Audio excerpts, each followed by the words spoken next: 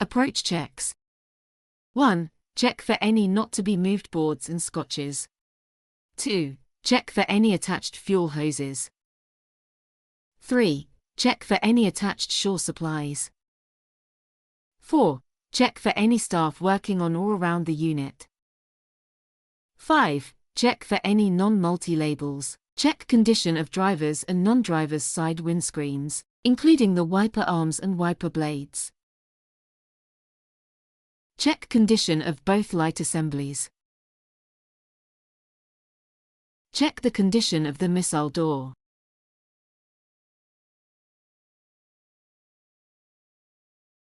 Also check the missile door lock pins are located correctly.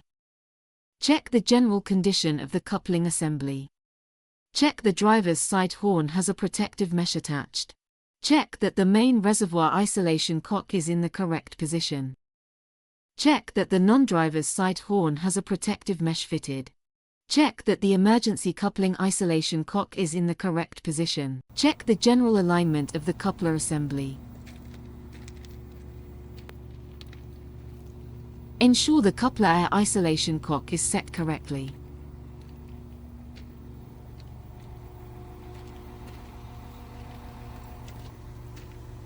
Check for the presence of the tool needed to retract the electrical box,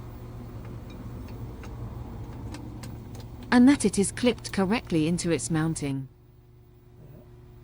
Ensure that the electrical box retract mechanism is securely clipped into place. Check the condition of the mechanical coupling, and ensure there is no debris in the coupler. Check the air sealing bung is in place. Check the electrical box cover is intact with no damage. Drop the electrical box cover and check for any damage to the pins or debris inside the box. Pull the manual uncoupling handle to check correct operation.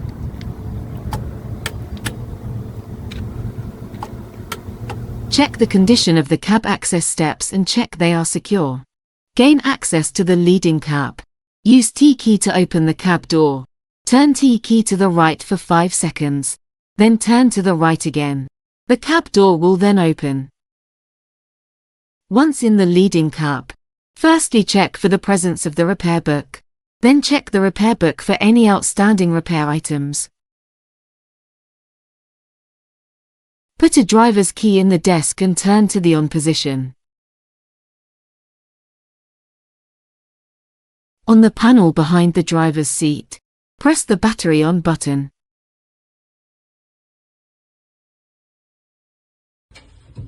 When the battery on button has been pressed, the train computer systems will boot up. There will be various clicks and sounds until the TPWS sounds. This procedure can take up to 2 minutes. While waiting for the train computer systems to boot up, perform a 360-degree cab check. Behind the driver's seat, check that the upper 8 isolation switches are not isolated and have a seal attached.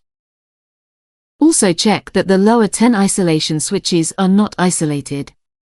Check that the egress handles on the driver's side and non-driver's side have a plastic cover that is undamaged.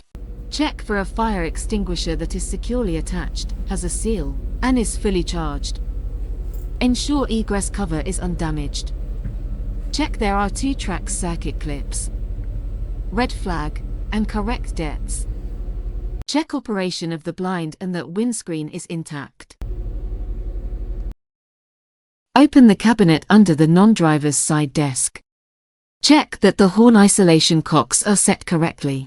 Check that the uncoupling circuit isolation cock is set correctly. Check that the emergency coupler isolation and main reservoir vent isolation cocks are set correctly. Open this door to check that the windscreen screen wash has sufficient fluid. The white light must be illuminated. Open the emergency equipment cupboard and check that the correct equipment is present. Rope, roll of electrical tape, parking brake isolation tool, torch holder, first aid box, emergency glow lights, hazard spill kit. Train computer systems should now be booted up.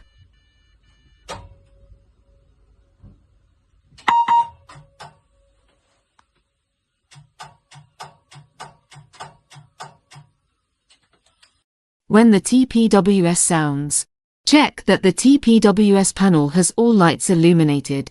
Then press the AWS reset button to cancel the alarm. There should be a recorded message saying, TPWS and AWS operational. TPWS and AWS operational. Check that the TPWS panel lights have all extinguished, and the sunflower indicator shows a sunflower. Check that the ASDO screen and the TCMS screen have booted up, and that they are undamaged. The TCMS screen will show multiple faults. This is quite normal after an initial computer boot up. Clear all of the faults by pressing the Acknowledge button multiple times.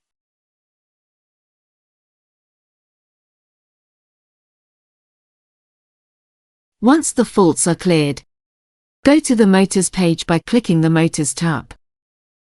Check the diesel, AdBlue, and coolant levels. And finally, the engine oil level. Now click on the Controls tab. Then click on the Power Pack tab. Engines, or Power Packs, are now ready to be started. This is a 2-car configuration.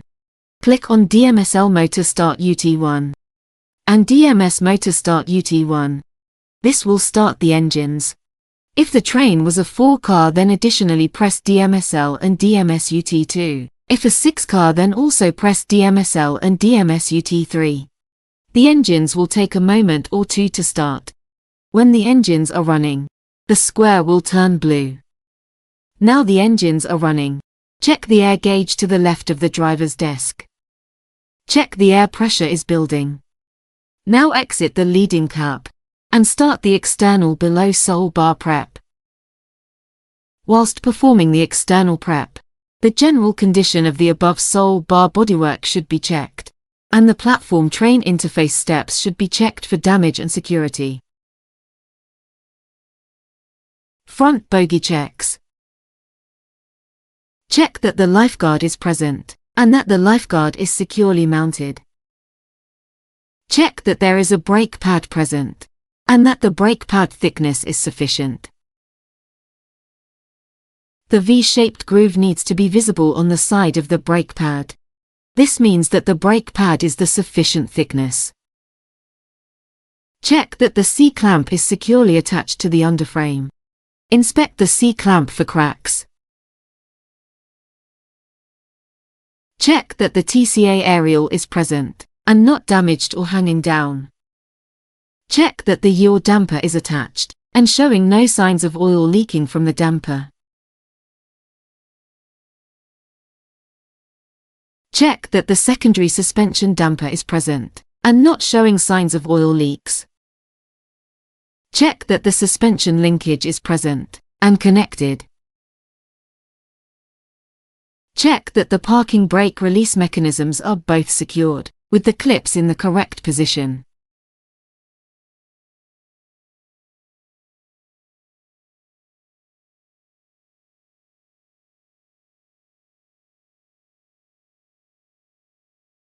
Check that there is a brake pad present, and that the brake pad thickness is sufficient.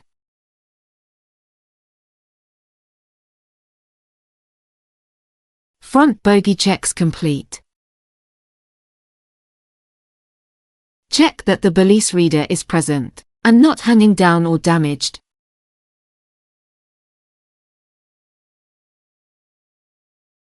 Check that the battery box covers are secure. Ensure that the fuel filler cap is present, and is tightened. Exterior fuel level gauge is for information only. The diesel level is checked via the TCMS. Check that the water separator isolation cock is in the correct position.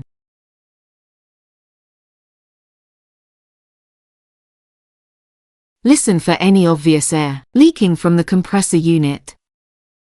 Check that the manual fire pull is present, and has a retaining pin installed on the bank of isolation cocks. Check that all of the isolation cocks are set correctly. Parking brake isolation cock number 1. Compressor unit isolation cock. Power pack isolation cock. Brake cylinder isolation cock number 1. And brake cylinder isolation cock number 2. Air suspension isolation cock. Parking brake isolation cock number 2.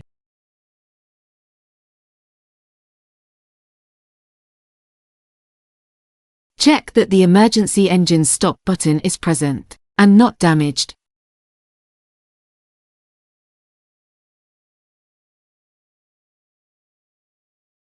Check the condition of all of the PTI steps and check that they are secure. These level indicators are for information only. The levels are checked via the TCMS. To check the levels here, press the level indicator. This will give an LED level indication. Sander checks. Open the sander box and check that the box is full of sand. Check that the sand is dry. Press the sander test button and ensure that sand is being deployed from the sander pipe. Now for the power bogey checks. Check that there is a brake pad present and that the brake pad thickness is sufficient. Check that the secondary suspension damper is present and not showing signs of oil leaks. Check that the suspension linkage is present and connected. Check that the parking brake release mechanisms are both secured, with the clips in the correct position. Check that the yaw damper is attached and showing no signs of oil leaking from the damper. Check that the C-clamp is securely attached to the underframe. Inspect the C-clamp for cracks.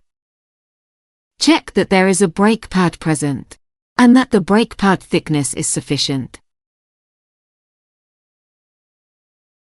The power bogey checks are now complete.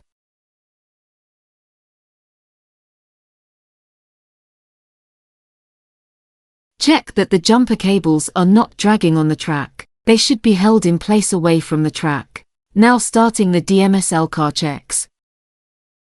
Check that the main reservoir isolation cock is set correctly.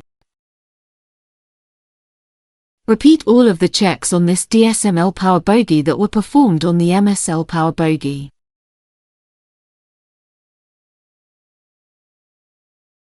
Repeat the sander box check.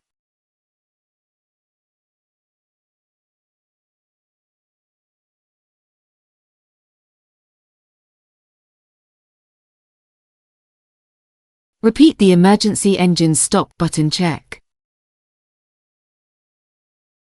Ensure the fire system isolation cock is set correctly.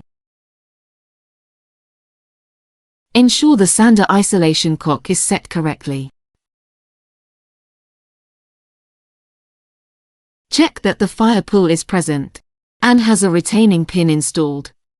Check that the radar Doppler is present and undamaged. Check that the main reservoir drain isolation cock is set correctly.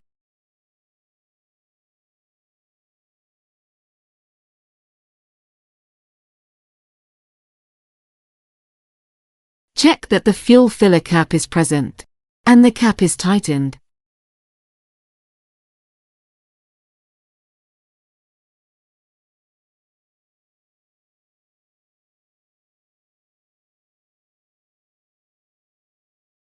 Check that the balise reader is present and undamaged.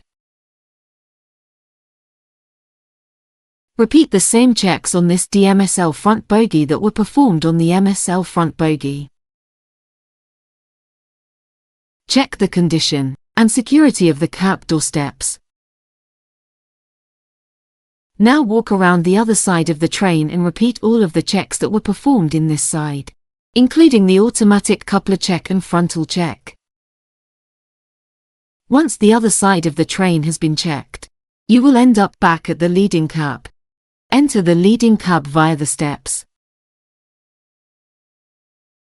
Once in the leading cab, Close the local door and then perform a displays test via the TCMS. Press Controls on the TCMS. Then press the General tab. Then press the Displays Test tab.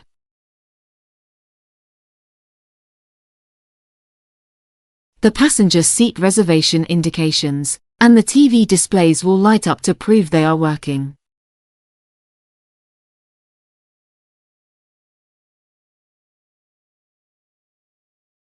The TV displays will cycle through color changes, red, green and blue. Once the displays test has been activated, the saloon check is to be carried out. Switch out of the driver's desk by removing the driver's key.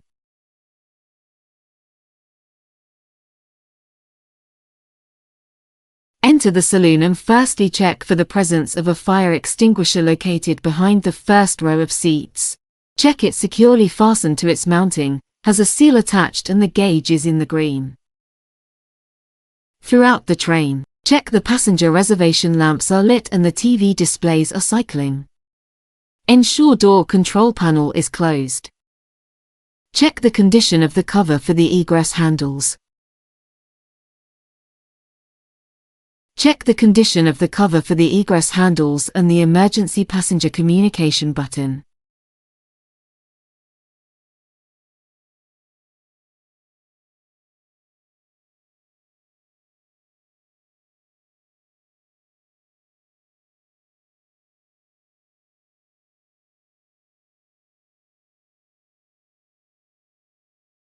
Check for the presence of the second fire extinguisher, only in the DMS saloon, and that it's securely fastened in its mounting, has a seal attached and the gauge is in the green.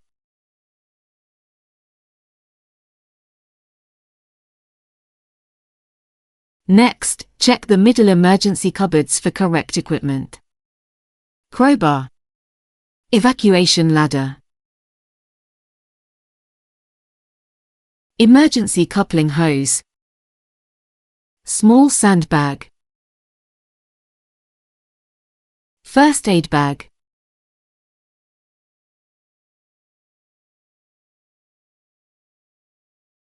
Schrader hose. Check the general condition of the toilet and that the toilet is in operation.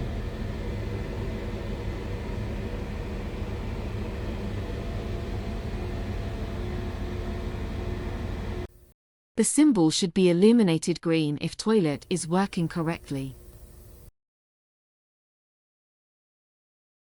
Continue through the DMSL saloon and repeat the checks previously carried out in the DMS saloon, with the addition of a check for the presence of the PRM ramp next to the toilet. Also check for the presence of a bridging plate for the PRM ramp. Continue with the saloon checks and hot principles.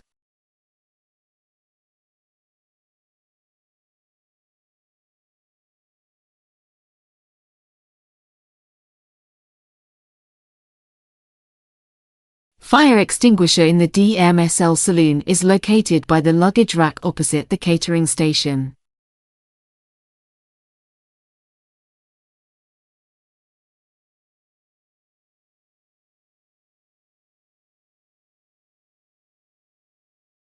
You are now entering the rear cab. Perform a repeat of the cab 360 that you carried out in the leading cab. Once initial cab 360 checks have been completed, perform a static brake test and secondary cab check. Put driver's key in the desk and turn to the on position. The TPWS will self-check. Check TPWS is working correctly by repeating the checks previously carried out in the leading cab. Acknowledge alarms on the TCMS. Put direction indicator into forward. Brake test cannot be carried out if direction indicator is left in neutral.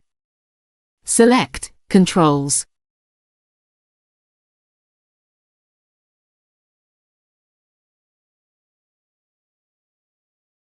Then select Brakes. Then select Brake Test UT1, because this is a 2-car configuration. If it is a 4-car, then additionally press Brake Test UT2. If it is a 6-car, then additionally press Brake Test UT3.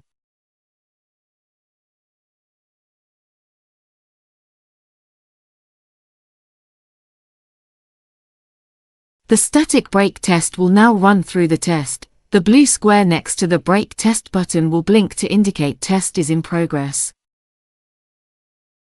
You will now need to keep the DSD pedal pressed for the duration of the test. Reset the DSD when the vigilance sounds. If you take your foot off the DSD, or fail to cancel the vigilance, then the brake test will fail and you will need to start again.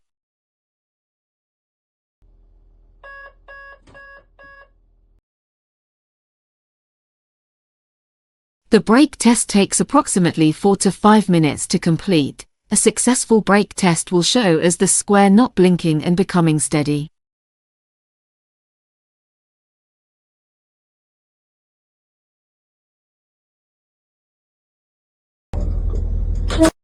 Whilst the brake test is being carried out, you can perform other checks.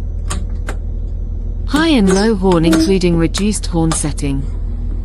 3, 2, 1 buzzer test. Check GSMR. Has GSM RGB displayed on the screen? Then press T on the GSMR to test. Press the global call button and listen for audible alarm throughout the saloon. Press the public address button and make a test announcement to check the announcement is heard in the saloon. Check the reading light works correctly. Check the cab light works correctly. Check the windscreen wash wipe works correctly. This will also operate the non-driver's side wash wipe. Check the windscreen wipers work correctly.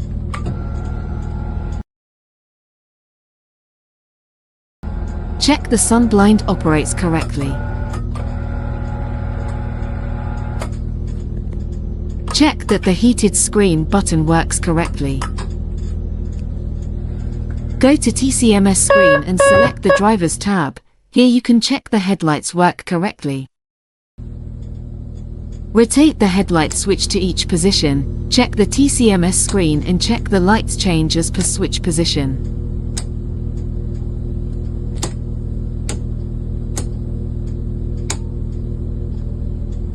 Press the hazard light button. Check TCMS to confirm hazard lights are working correctly.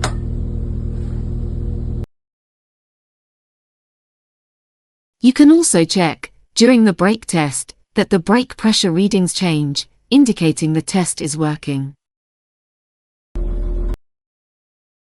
Next, perform a lamp and loudspeaker test. Controls. General. We've got turn off the display test. Turn that off. So it's off. And then we're going to lamp test. The lamp test illuminates the following lamps: hot axle box detected, sander button, call fade, global call and public address.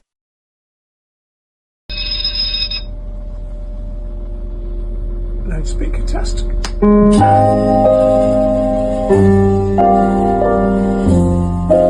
By this point the brake test should be complete. Check to see if the brake test has a steady light and not blinking. This indicates the test is complete. Okay. Go to the loops page. The brake loop will be grey, to indicate that the emergency brake is not applied. Now perform a DSD check. Remove foot from the DSD and check to see that the emergency brake comes on. The brake gauge will rise. And the loops page will show that the DSD and vigilance have been activated and the brake loop will turn red. Once the DSD check has been completed, then put the direction switch into neutral, turn the driver's key to off and remove the driver's key. Finally, for this cab, you should perform a door test to confirm correct operation of the saloon doors. Open the local cab door. On the door control panel, turn the switch to command. Turn the ASDO override switch towards the rear of the train, and then arm the doors.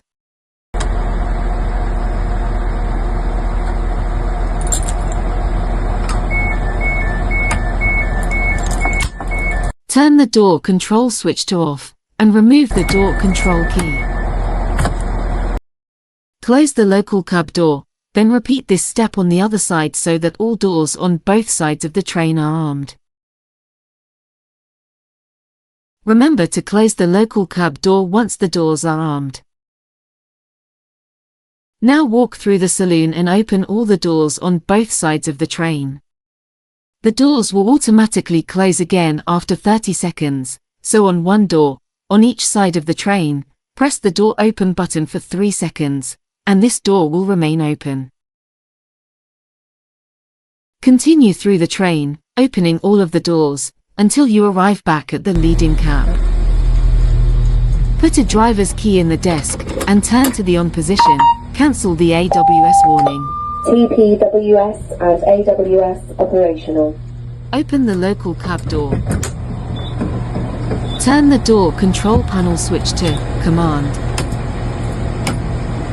Press the door close interlock button and check the saloon doors close.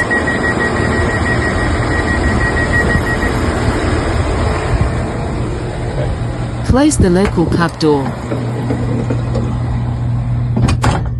Turn the door control switch to buzzer. The buzzer button will illuminate. Test the buzzer with the 3, 2, 1 test.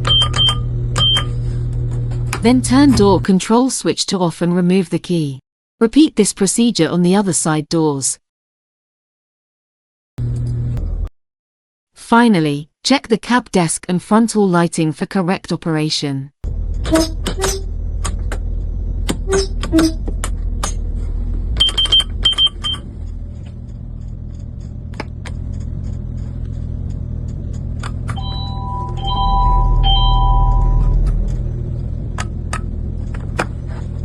Testing.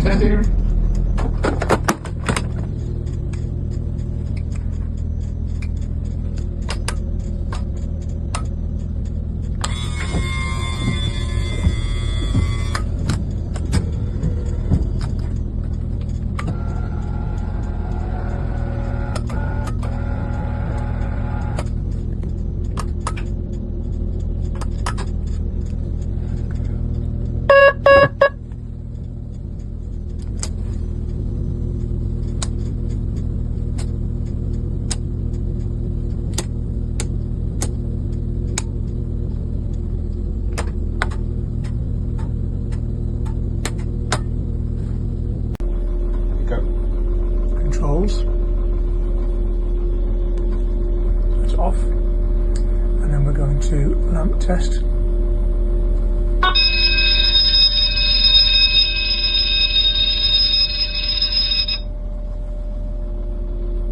Loudspeaker test.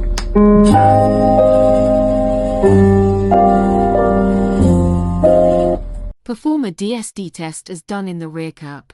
And this will conclude the prep on this 197.